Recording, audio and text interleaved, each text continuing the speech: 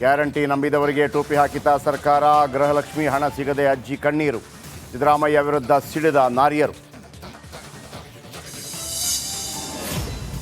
ರಾಜ್ಯದಲ್ಲಿ ತಾರಕಕ್ಕೇರಿದ guarantee politics. Free ಹೊಡೆತಕ್ಕೆ ಕಾಂಗ್ರೆಸ್ ಕಂಗಾಲ್. ಕೈ ಸೇನೆ ವಿರುದ್ಧ ಬಿಜೆಪಿ ಪಾಳಯದಿಂದ ವಾಗ್ಯುದ್ಧ. ರಾಜ್ಯ ಬಿಜೆಪಿಯಲ್ಲಿ ನಿಲ್ಲದ ಕಿತ್ತಾಟ. ಹೈಕಮಾಂಡ್ ನೋಟಿಸ್ಗೆ ಯತ್ನಾಳ್ ಉತ್ತರ. ಪತ್ರದಲ್ಲಿ ವಿಜೇಂದ್ರ ವಿರುದ್ಧ ಪ್ರಹಾರ. ನೌಕಾನೆಲೆ ಮಾಹಿತಿ ಪಾಕ್ಗೆ ಸೋರಿಕೆ. ಕಾರವಾರದಲ್ಲಿ ಇಬ್ಬರನ್ನು ಬಂಧಿಸಿದ ಎನ್ಐಎ. ಅಧಿಕಾರಿಗಳಿಂದ ಮುಂದುವರಿದ ತನಿಖೆ. ನೀರು ಕಾಸ್ಟ್ಲಿ. ಮೆಟ್ರೋ ದುಬಾರಿ. ಸದ್ಯವೇ ಬಾಯಿ ಸುಡಲಿದೆ ಫಿಲ್ಟರ್ ಕಾಫಿ. 10% 15% ಏರಿಕೆಗೆ ಹೋಟೆಲ್ಗಳ ಸಿದ್ಧತೆ. ಸೆಲೆಬ್ರಿಟೀಸ್ಗಳಿಗೆ ಸಾರಥಿ ಭಾವುಕ ಪೋಸ್ಟ್. ಅಭಿಮಾನಿಗಳಿಗೆ ಕೃತಜ್ಞತೆ ಸಲ್ಲಿಸಿದ ಕೊಲೆ ಆರೋಪಿ. ಶೀಘ್ರದಲ್ಲೇ ನಿಮ್ಮನ್ನು ಭೇಟಿಯಾಗ್ತೇನೆ ಎಂದ ದರ್ಶನ್. ತೆಲಂಗಾಣ ಸರ್ಕಾರದಿಂದ ತುಷ್ಟೀಕರಣ ಪರಾಕಾಷ್ಠೆ. ರಂಜಾನ್ ಹಬ್ಬದ ಹಿನ್ನೆಲೆ ಕೆಲಸ ಸಮಯದಲ್ಲಿ ಇಳಿಕೆ. ಮುಸ್ಲಿಂ ಉದ್ಯೋಗಿಗಳಿಗೆ ಗವರ್ನಮೆಂಟ್ನಿಂದ ಸುತ್ತೋಲೆ.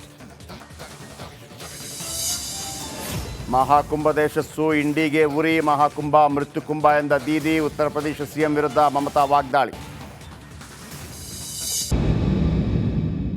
ಓಕೆ, ಈಗ ಬರ್ತಾ ಇರುವಂಥ ಒಂದು ಸುದ್ದಿ. ನೆನ್ನೆಯಷ್ಟೇ ದರ್ಶನ್ ತಮ್ಮ ಹುಟ್ಟುಹಬ್ಬವನ್ನು ಆಚರಿಸಿಕೊಂಡಿದ್ರು. ಈ ಬಾರಿ ದೊಡ್ಡ ಮಟ್ಟದಲ್ಲಿ ಅವರು ಹುಟ್ಟುಹಬ್ಬವನ್ನು ಆಚರಿಸಿಕೊಂಡಿರಲಿಲ್ಲ. ಹಾಗಾಗಿ ತಮ್ಮ ಅಭಿಮಾನಿಗಳಿಗೆ ಅದನ್ನು ಹೇಳಿದರು, ನಾನು ಮಾಡೋದಿಲ್ಲ ಅಂಥೇಳಿ. ಇನ್ನು ರೇಣುಕಾಸ್ವಾಮಿ ಕೊಲೆ ಆರೋಪಿ ದರ್ಶನ್ಗೆ ದೊಡ್ಡ ರಿಲೀಫ್ ಸಿಕ್ಕಿದೆ. 3 ದಿನ ಮೈಸೂರಿಗೆ ಹೋಗಲು ದರ್ಶನ್ಗೆ ಅನುಮತಿ. ದರ್ಶನ್ ಫೆಬ್ರವರಿ 20ರವರೆಗೆ ಮೈಸೂರಿನಲ್ಲಿ ಇರಬಹುದು. 3 ದಿನ ಅವಕಾಶ. ಈಗಾಗಲೇ ಮೈಸೂರು ಫಾರ್ಮ್ ಹೌಸ್ ತಲುಪಿದ ದರ್ಶನ್. 57ನೇ CCH ನ್ಯಾಯಾಲಯದಿಂದ ಅನುಮತಿ ಸಿಕ್ಕಿದೆ.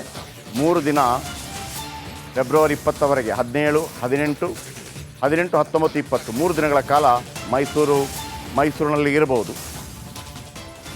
57ನೇ CCH ನ್ಯಾಯಾಲಯದಿಂದ ಅನುಮತಿ. ರೇಣುಕಾಸ್ವಾಮಿ ಕೊಲೆ ಆರೋಪಿ ದರ್ಶನ್ಗೆ ಒಂದು ಪುಟ್ಟ ರಿಲೀಫ್. ಯಾಕಂದರೆ ಮೈಸೂರು ಅವರ ನೆಚ್ಚಿನ ಊರು. ನಿನ್ನೆಯಷ್ಟೇ ಬರ್ತ್ಡೇಯನ್ನು ಖಾಸಗಿಯಾಗಿ ಆಚರಿಸ್ಕೊಂಡಿದ್ದರು. ಸಾಧಾರಣವಾಗಿ ದರ್ಶನ್ ತಮ್ಮ ಹುಟ್ಟುಹಬ್ಬವನ್ನು 24 ಅವರ್ಸ್ ಆಚರಿಸ್ಕೊಳ್ತಾರೆ. ಎಲ್ಲ ಅಭಿಮಾನಿಗಳನ್ನು ಭೇಟಿ ಆಗ್ತಾರೆ, ಎಲ್ಲರಿಗೂ ಶೇಕ್ ಹ್ಯಾಂಡ್ ಕೊಡ್ತಾರೆ. ಇದೆಲ್ಲ ನಡೀತಿತ್ತು. ಈ ಸಲ ಮಾಡೋದಿಲ್ಲ ಅಂತ ಅವರು ಹೇಳಿದರು. ಇದರ ಜೊತೆಗೆ ಅವರ ಡೆವಿಲ್ ಸಿನಿಮಾದ ಟೀಸರ್ಗಳು ಕೂಡ ರಿಲೀಸ್ ಆಗಿದೆ. ಇದೀಗ 3 ದಿನಗಳ ಕಾಲ ಮೈಸೂರಿಗೆ ಹೋಗೋದಕ್ಕೆ ಅನುಮತಿ ಸಿಕ್ಕಿದೆ.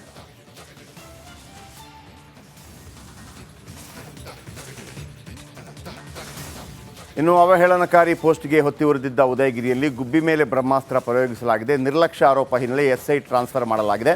ವಿವಾದದ ಕಿಡಿ ಹೊತ್ತಿಸಿ ಜೈಲು ಪಾಲಾಗಿದ್ದ ಆರೋಪಿ ಇದೀಗ ರಿಲೀಸ್ ಆಗಿದ್ದಾನೆ.